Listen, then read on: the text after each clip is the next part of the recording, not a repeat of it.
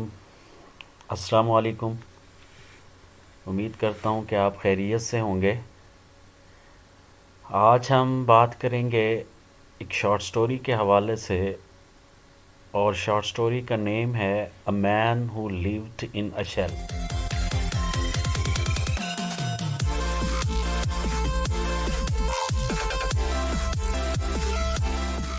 Written by Anton Chico.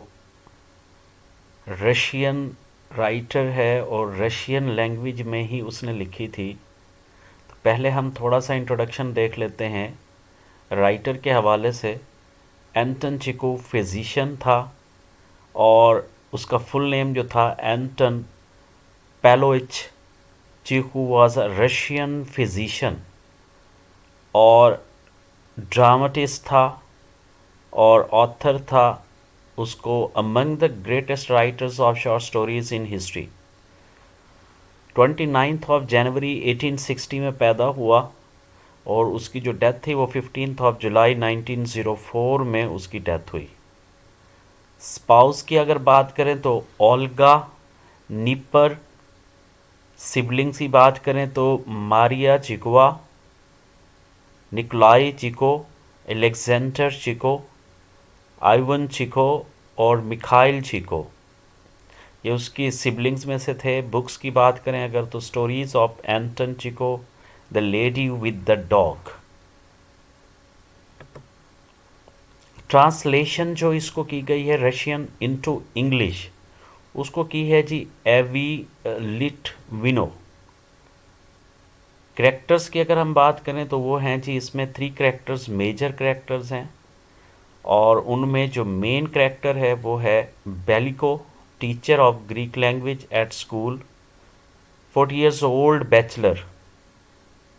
Second character की बात करें तो क्या है जी, Varya, sister of a new school teacher Kovalenko. Kovalenko जो है न्यू टीचर है of history at the school, उसी स्कूल में जिसमें बेलको जो है टीच करता है, उसी में ये दोनों बहन भाई जो हैं एज अ टीचर वहाँ पर भी ये आए हैं। जनरा की बात करें तो ये जो हमारे पास है ये शॉर्ट स्टोरी है। ओरिजिनल लैंग्वेज की अगर बात करें तो ये रशियन लैंग्वेज में थी, उसको ट्रांसलेट किया गया, ये अभी मैं बता चुका हूँ आपको। How the story moves ahead in the moonlight two man Burkin the high school teacher narrates a story of a town's folk Belikov. यानी स्टोरी के अंदर एक और स्टोरी है जिसको कहते हैं ना कि मतलब थर्ड पर्सन रिलेट, नरेट करने वाला जो है वो कोई और कहानी को नरेट कर रहा है, किसी और की कहानी को। बर्किन जो है वो है high school teacher narrates a story of a town folk Belikov to his friend Ivan Ivanovich. The veterinary surgeon जो है, ये दो लोग आपस में क्या कर रहे हैं जी, कहानी एक दूसरे को सुना रहे हैं। सेटिंग क्या है जी, टाइम है नाइट का। At the shed belongs to Prokofy a village elder. उसके ये कहाँ पर बैठे हुए हैं, एक ऐसी जगह पर जो शेड है, वहाँ पर बैठ के ये स्टोरी एक दूसरे को सुना रहे हैं। स्टाइल देखें अगर स्टोरी का और उसकी टेक्निक्स देखें तो वो देखें जी, नैरेटिव फ्रेम टेल है, a tale within a tale, जैसे मैं अभी आपको बता रहा था, in which a person relates his personal anecdote to an other character.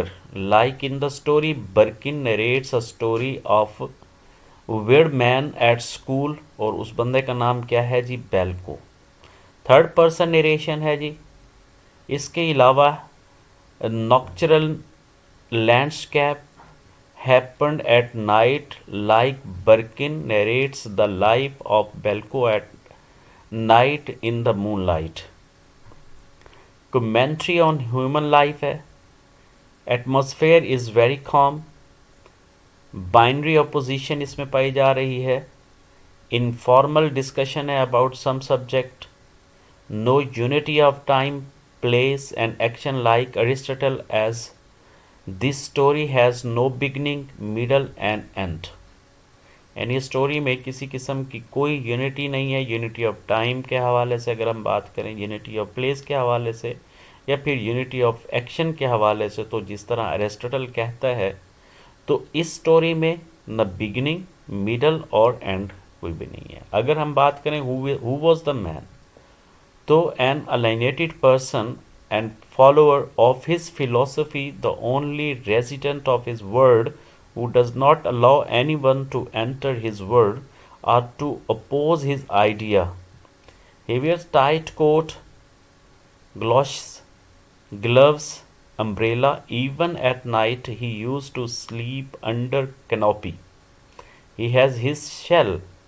उसका अपना एक शेल है, capsule in which he use to live like every person. बिल्कुल उसी तरह से, इस तरह से कोई भी बंदा अपना एक उसने खोल बनाया हुआ है और उस खोल में रह रहा है, बिल्कुल इसी तरह से वो भी।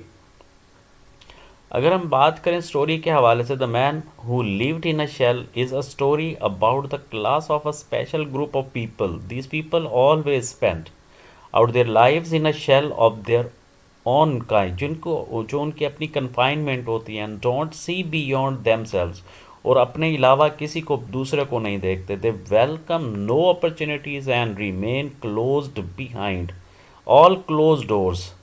They are incorrigible people. Mr. Balko is the protagonist of the story, who is a teacher of Greek language by profession. He is an introvert and अपनी आप में रहने वाला बंदा, and lives in his own shell. The man who lived in a shell is most appropriate for him.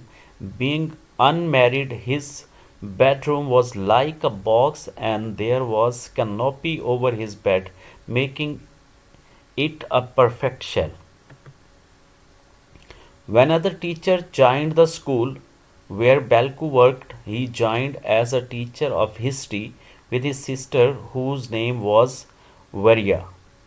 There is a discovery that Balku is unmarried and can be married to Varya, who wished for a change in his life, but it is happen, लेकिन but it so happens that they represent two different poles of opinions and cannot be reconciled. It is due to the fact that Belgium is a man who lived in a shell, so he cannot step out to see the light, the real state of affairs, of reality, and the true nature of things. चीज़ों को देखना ही नहीं चाहता।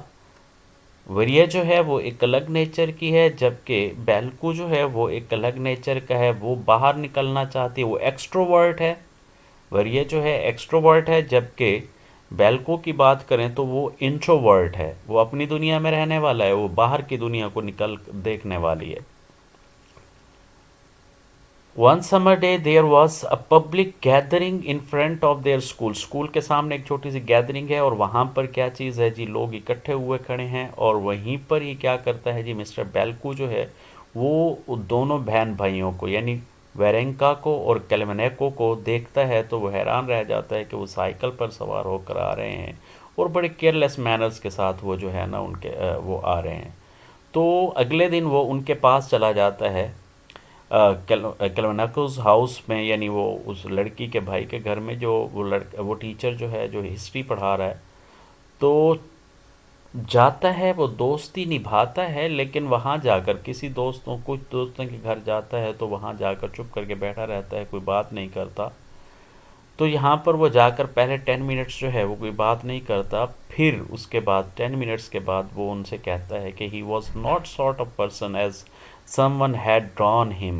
On the contrary, he had always behaved gently in his life, and next time too, he would not tolerate any caricature about himself. He further said that it was a displeasing activity for the bachelors to ride a bicycle. If the teachers would do that, their pupils would gather negative impression. यानी उसके नज़दीक जो है teachers को cycle नहीं चलानी चाहिए, वरना क्या हो सकता है जी, बच्चे भी उसी को देख के क्या समझेंगे। Besides, he also thought about the response of the parents.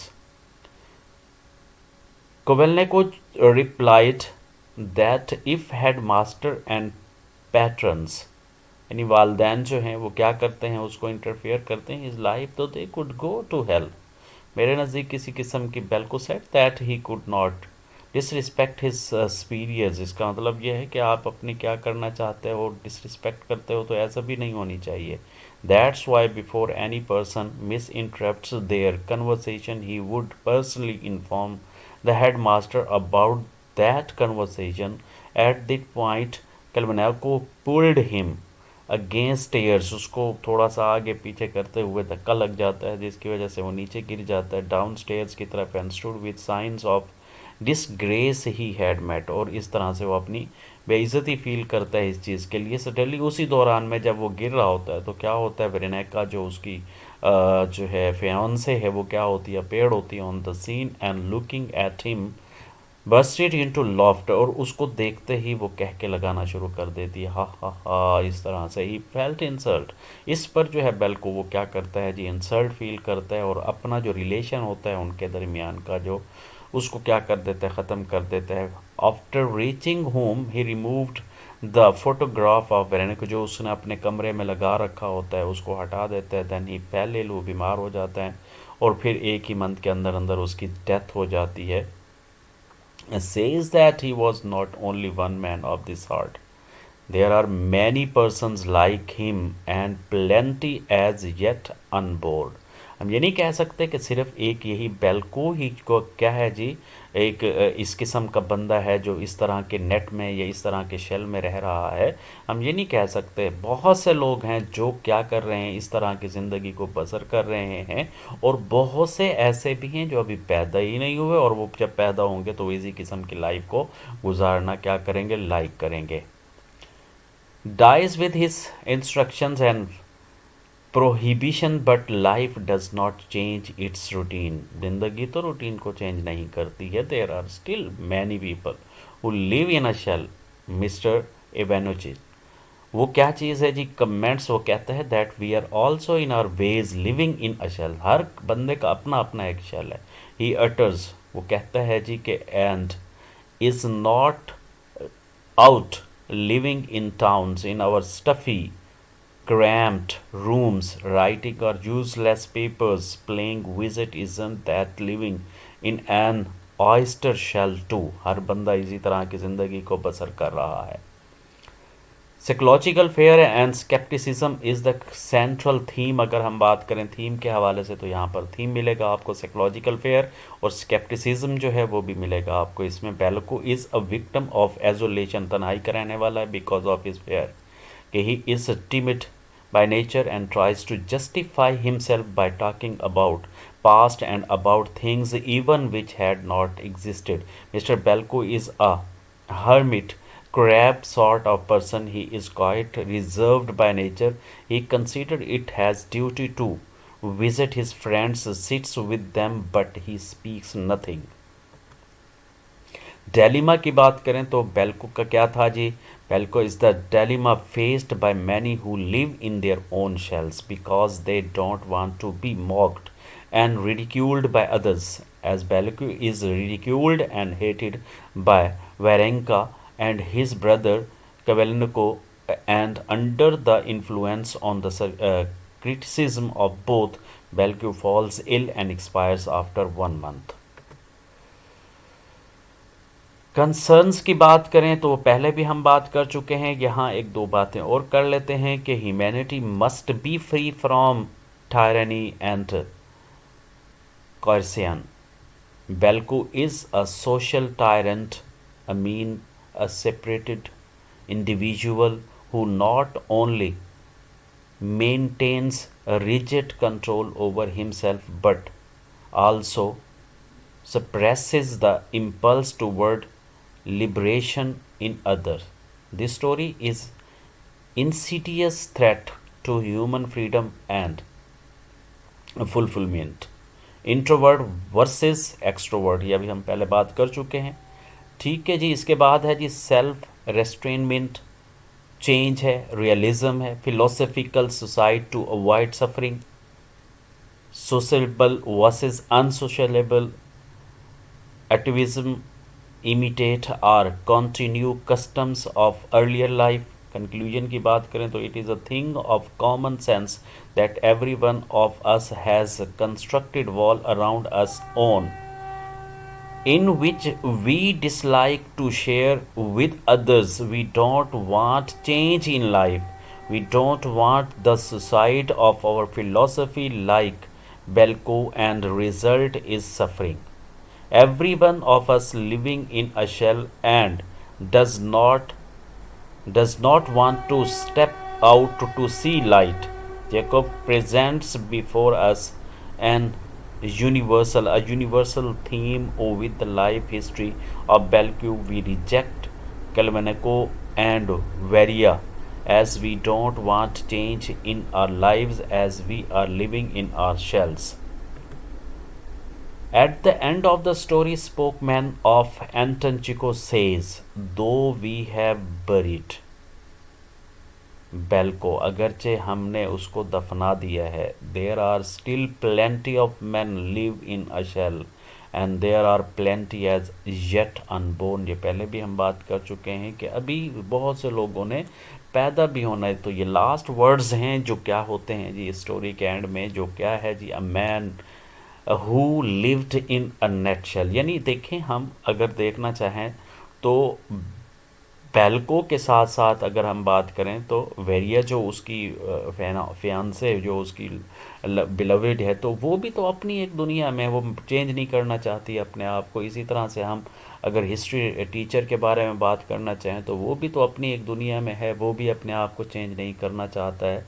तो देखा जाए तो एवरी पर्सन, इस दुनिया का हर बंदे का अपना एक शेल है, अपना एक नेट है जिसमें वो क्या किए हुए है, अपने आप को उस होल में बंद करके बैठा हुआ है। ठीक है जी। तो इस तरह से ये स्टोरी जो है, जो शॉर्ट स्टोरी थी, वो क्या हो जाती है, क्लोज़ हो जाती है। उम्मीद करता हूँ कि आपको इस शॉर्ट स्टोरी की समझ आ गई होगी। इंशाल्लाह नेक्स्ट किसी वीडियो में फिर आप लोगों से बात होगी। तब तक अल्लाह हाफिज़।